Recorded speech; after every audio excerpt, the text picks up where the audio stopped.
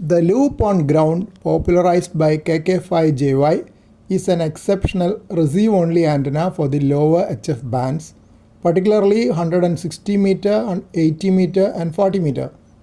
It seems counterintuitive to lay an antenna directly in the dirt, but its location is exactly why it works so well. Please note that it is no good for TX. What I have noted here on 80 meter and 160 meter is that the noise is very high with my usual antennas. Net Control right from my city is able to hear my signal 5 and 7 on 80 meter morning net, while I am unable to copy the Net Control. By placing the wire flat on the ground, the earth absorbs a massive amount of signal energy, making it a very lossy antenna. However, the ground attenuates local electrostatic noise and man-made QRM much faster than it attenuates incoming skywave signals. Your absolute signal level will drop significantly, but the signal-to-noise ratio SNR skyrockets. It frequently pulls highly readable signals out of what sounds like a completely unusable noise flow on a standard dipole or vertical. Building a loop on ground is a highly rewarding fast project. Resonance does not matter here. The antenna is intentionally broadband.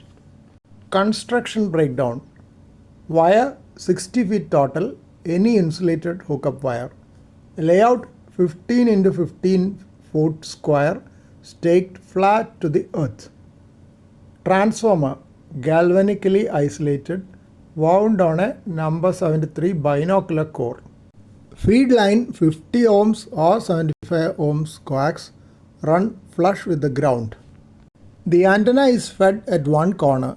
You cannot connect the coax directly, and you should not use a standard auto transformer unit. You need a galvanically isolated transformer to completely decouple the coax shield from the antenna wire. If you don't isolate them, your feed line simply becomes a noisy ground radial, defeating the entire purpose of the loop. Transformer core, a ferrite number 73 material binocular core like BN73202, is ideal for 160 meter to 30 meter operation. Turns, typically 5 turns on the antenna side and 2 turns on the coax side.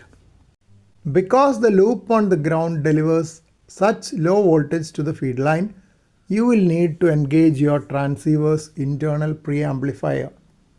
If you are feeding this into a direct sampling SDR or a homebrew receiver block, adding a clean, low noise outboard preamp right after the antenna's transformer can help overcome the coax loss on the run back to the shack. While largely omnidirectional, a 15 into 15 foot loop on ground does exhibit 2 broad main lobes pointing off the sides, broadside to the feed point, with slight nulls off the front and back corners. VU2 4DX mentioned that he is using a loop on ground by KK5JY design with good low noise RX. I am on the lookout for a space and components to try it out.